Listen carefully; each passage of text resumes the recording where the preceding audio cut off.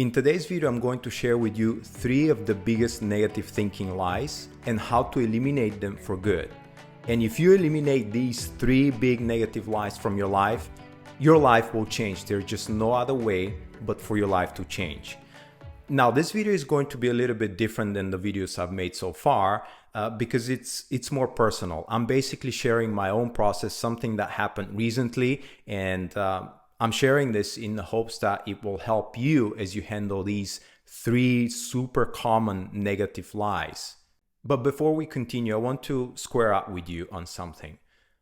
Listen, I don't know who you are and I don't know what you're going through, but either right now, today, or in your past or in your future, you have gone through thousands of times, or you will go through these same 3 big negative lies because they're super common. And how do I know this?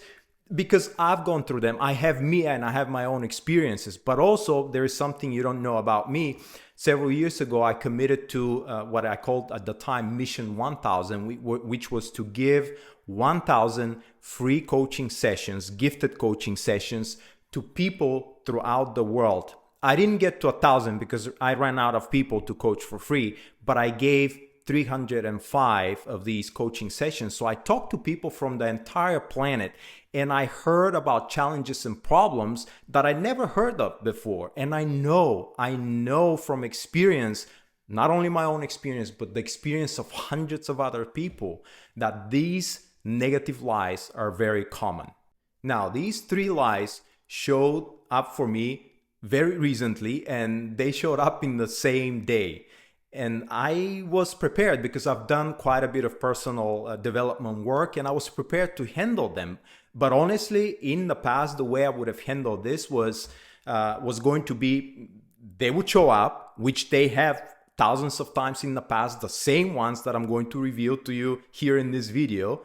And they would have made me feel bad. They would have changed my feeling and emotional state to a negative state. And then I would have spent my entire day trying to run away from them, to avoid them, by way of, historically, one of the ways I've been running away from things that I don't want in my life is through work. I just bury myself in work, and that's my hiding place.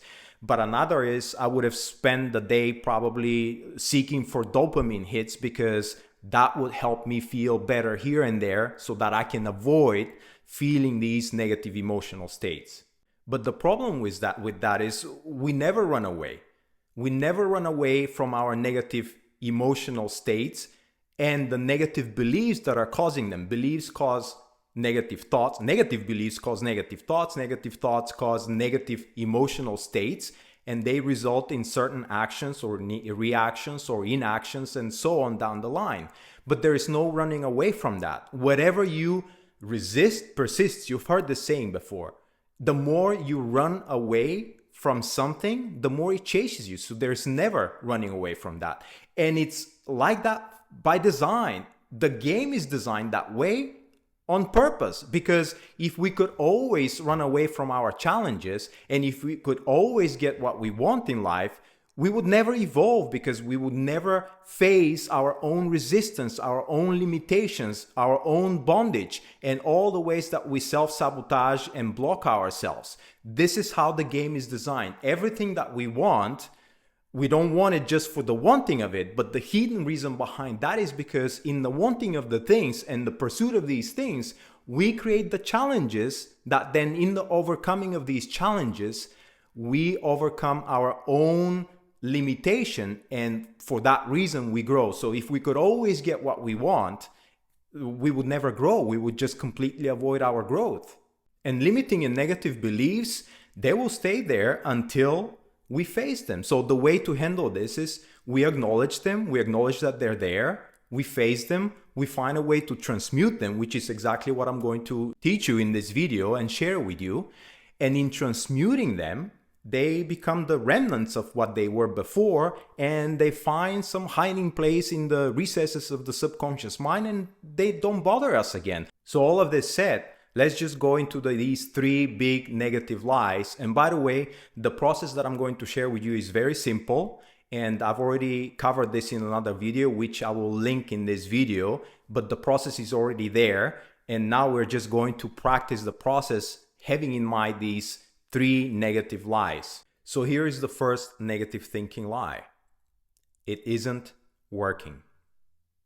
How many times in your life have you thought this thought? It isn't working. This isn't working. My life is not working. And maybe there are many areas in your life that are working, but there is one or more than one, and this one feels like your entire life is not working. Maybe your health is working, your career is working, your business is working, but your relationship is not working. Maybe it's a dysfunctional relationship, or you're not in a relationship at all and you want to be in a relationship. Or maybe you have that, but your health is not there. It's not what you want. And then we take this and we go, it isn't working. This isn't working. And so once we have this, the second step is to take the opposite of that. And the opposite of that is, it is working. And I know I wrote this in my own journal and I go, clearly it isn't working. The evidence are here. The evidence is here. It's showing it isn't working. How can I even go there and begin to imagine that it is working? But that is the second step. And once we make that statement, and once we find space for it, once we find a way to stay with it, our subconscious mind will start giving us evidence for why this is working. And that's exactly what the third step is, the evidence. What evidence do I have that it is working? And so for me, that is, I looked into all areas of my life and I realized, wow, it is working in so many areas of my life. I mean, look at my health. I have perfect health, to knock on wood, if this is wood. I am very fit. I perform physically the way most 20-something men will never perform. I am very confident in that. I live in a fantastic place in a very new building that's less than a year old. I have a son that's just joy to be around, and I cannot be more blessed that I have this beautiful being in my life. I have a family that loves me dearly. I mean, how many people don't talk to their parents? How many people don't even have parents already? How many people have siblings that they haven't talked to in 1, 5, 10 years, and they don't even remember why they're not talking or why they were fighting to begin with? I don't have that in my life. I am very lucky and fortunate, and in this sense, it's working in so many areas of my life. I have amazing soulmate friends in my life. I am enjoying living in a country that's peaceful and the people are super nice around me. So I have so many things that are already working. The second evidence is it is working in the sense that I am having this negative belief showing up in my life. It isn't working. And it is showing in this negative belief showing in my life. It's already causing me to reach for things that make me feel that way, which is my limitation. And I love a statement by one of my mentors, Peter Crone. He has this saying, it's amazing. He says, people, circumstances, and events will show up in your life to demonstrate to you where you're not free. And people, circumstances, and events, they're manifestations of our beliefs, because our beliefs are objectified in our circumstances, and our circumstances then confirm these same beliefs. So you can see how insidious beliefs are, whether they're negative or positive. They literally reinforce themselves by just being alive and there. And keeping in mind that 75% of our thoughts are negative, which means 75% of our beliefs are negative, you can imagine what kind of beliefs keep creating our circumstances, people, circumstances, and events, and then keep reinforcing themselves by creating evidence that they're true. So I said, okay, well, this is a fantastic evidence that I can put to support my new belief that it is working, because this negative belief showed up for me in this moment, not later, in this moment, today, when I can handle it, to allow me to transmute it so that it goes away, and in this I find more freedom. And the third evidence that I have is it isn't working, is someone else's, it is working. I mean, imagine this. if somebody has been going to the gym for 5 years, and 5 years ago they started with these little, blue or pink dumbbells that are, the plastic ones, and now they're lifting 50-pound dumbbells, no problem at all, easy. And then there is the other person who started a month ago with the same plastic blue dumbbells, and now they find themselves progressing so fast that they're lifting the 50-pound dumbbells, the 25-pound dumbbells. Let's take half of it. The 25-pound dumbbells, and they're going, wow, this is really working for me. But the other person that has been coming to the gym for 5 years already, and they were lifting, no problem, the 50-pound dumbbells, all of a sudden they have a bad day, and they have to go down to the 25-pound dumbbell. They're going, wow, this isn't working. This is what's happening here. So you can see this is a perspective. I have another example that I like to think sometimes of. Imagine for a billionaire, all of a sudden they have a month where they only make $100,000. That is a disaster. That's not even pocket change. They're usually making 50 million a month, and all of a sudden just $100,000 a month. But then again, there is this other person who has always made up to $5,000 a month, and all of a sudden they have $100,000 month. And that for them is, wow, it has never worked for me this amazing way. Whereas the billionaire is going, everything's burning. I don't know what's happening. It isn't working. It stopped working. What's happening? I don't know if that's a real example, but you get my point. The point is, it's working or it isn't working. Both of them are perspectives. They're not facts. And we look at the facts, let's say a dysfunctional relationship, that's a fact. But then we look at it and we extract meaning. We make it mean something. We describe it in a way that's negative, and wow, I cannot continue any longer. This is destroying me. I want to leave. And we make it mean things, but the fact is it's just dysfunctional relationship. That's the fact. So we are meaning-making machines. Our brains and our minds are meaning-making machines. They make meaning and they're concerned with survival. That's all that's happening. So keep in mind that it isn't working is just a perspective. It is working is also a perspective, but it's a perspective that serves much better. It's just two different angles of looking at the same thing and interpreting it in a different way. That is why this exercise is so valuable, because it changes the angle, and it isn't working, then with enough evidence becomes this is working. And so the third evidence here is what's not working for somebody, it's exactly what is working for somebody else. Both are dealing with the same thing, but they both are interpreting it in different ways. The second big limiting lie is this: I am a failure. I mean, how many times have you thought this before? I am a failure, which is a manifestation of a negative belief. And so you already know what the second step is. We take the opposite of that. In this instance, the opposite of I am a failure is I am a success. And I know it's just outrageous, just like in the previous belief, it's not working, and then it is working.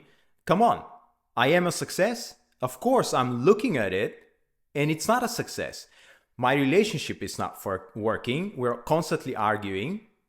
Or my health is not working, or my financial situation is not working. I've been trying to create financial stability for years, and I'm still financially insecure and unstable. Of course it's not working.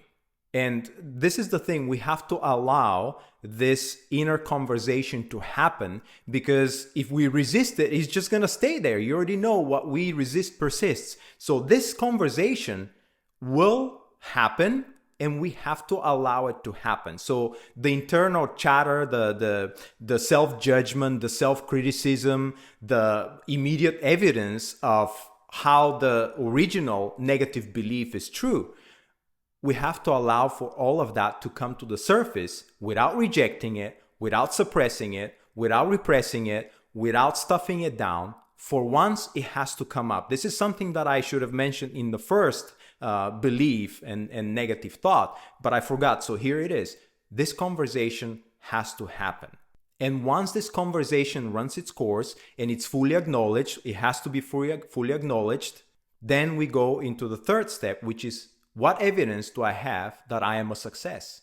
And so in my case, again, just like I mentioned in the previous belief, I have so many areas in my life that I sometimes realize, but sometimes forget that I'm so successful.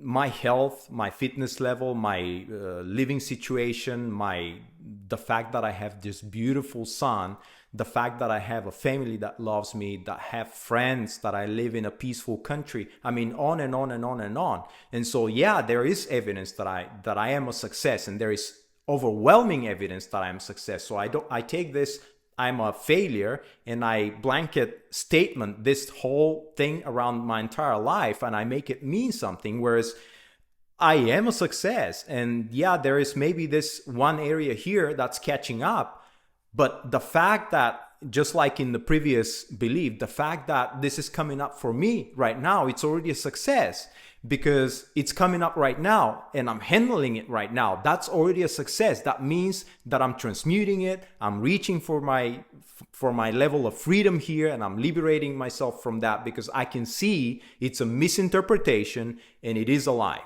And the other evidence that I realized I have is the bigness of the challenges that I'm facing is directly correlated to the bigness of the impact that I've been prepared for. Think about this for a second. I'm having challenges just like you have, and some of them are big challenges. They may seem even unsurmountable, but the bigger the challenge, the bigger the gain from overcoming this challenge. And C.J. Jung has this saying, and it's a very long saying. I don't remember exactly what it was, but it paraphrases like this: the depth of your darkness is the height of your light. So again, that's not the original saying, but that's what it sounds like to me. The depth of your darkness is the height of your light. And he has another saying I love, which I'll paraphrase terribly again, but it says, no tree is said to be able to reach for heaven unless its roots can reach down all the way to hell. Think about that for a moment. All of it is these contrasts, the bigness of the challenges, all of this is here to prepare us for the heights that are expecting us. And so I realized, wow, this thing that has been persisting in my life that I feel that I'm a failure at is persisting and has persisted till today for this one reason, because I have been prepared by divine spirit or consciousness or whatever you want to call the one where we all come from. I've been divinely prepared for the level of impact that I'm here to make. So, wow, I am a success. This is already a success. And ultimately, it's all about the meaning that we have or we give to the circumstances that we're in. We already talked about that. The circumstances are just facts. They're not negative, they're not positive, they're facts. But the meaning we give to these circumstances and the way we describe them to ourselves, the stories that we tell ourselves about this meaning, either builds us up or destroys us. You know, many people consider divorce as a failure. I have 2 marriages behind me already. And so the way I used to look at that, I used to go, I failed 2 times in my marriages. I failed 2 times. And then I realized, no, I didn't fail 2 times. I succeeded 2 times. The first time I succeeded in not making 2 people miserable for the rest of our lives, because we didn't have children from my first partner, so we were just the 2 of us. I succeeded by preventing 2 people going through our entire lives and feeling miserable. And in the second relationship, I succeeded because we prevented 3 people from going through our entire lives miserable. We prevented traumatizing a child that's now growing, and it's exactly in this age where he's recording everything that's happening around him. So is this a success? Yeah, in my book, I am successful, but in the consciousness of the society, marriages that end up in divorces are failures. No, that's a success. So you can see how just changing the frame, reframing a fact and telling a different story about this fact changes everything. So the whole story about I'm a failure versus I'm a success comes down to the same thing again. It's all a perspective. It's all a frame. It's reframing. How do we choose to reframe that? And what is the evidence that we want to find to support this new frame? And when we ask for the evidence, as outrageous the new belief is in the beginning, when we allow this negative conversation and all the objections that we come up with, our inner critic comes up with about this new belief that we want to install, when we allow for that, then our subconscious mind starts surfacing up evidence after evidence why this new belief is actually true, or even truer than the old one. And again, it's a choice. Both of them can be true. It's a perspective. That's all I want you to get from this, including what I just shared about the evidence. And the third negative lie is this: I can't figure it out. I can't figure it out. How many times have you thought this? And then you already know the process. We go to the opposite. I can't figure it out. And then again, no, I can't. It's here. And I've been trying for days, months, years, decades. It's still here. I cannot figure it out. We allow for this internal chatter to go on. We acknowledge it. We accept it. Okay, we heard you. Thank you. Fine. Now, how is this true? What evidence do I have that this is true? And for me, my evidence is I've always figured it out. Even if it was in the last moment, it's called the 11th hour, I think, in the Bible. Even if it's the last moment, and it's happened many times before, I've always figured it out. I've never not figured it out. But here is the other one. Every first thought that we have is not ours. So every time I figured it out, it was a first thought. It was not my thought. But every first thought that we have is not ours. The commentary to that thought is ours. All the judgments, criticisms, agreeing, disagreeing, the planning of the conscious mind, all of this is ours. But the very first thought is not ours. It's just given to us. It's given to us by, I don't know, wherever babies come from or their souls come from. That's where every first thought comes from. You know, when you take a long shower and all of a sudden all these new thoughts start coming in, you're not thinking about these thoughts. You're not actively creating them. They just start showing up. Or when you're driving without rushing to anywhere, same thing when you're taking a walk and you're just relaxed. You have first thoughts and then you think about these thoughts, but they're given to you. They're not yours. And so what I realize is that I've always figured it out, but I never figured it out because I had a plan how to figure it out. I always figured it out with some first thought that was just given to me.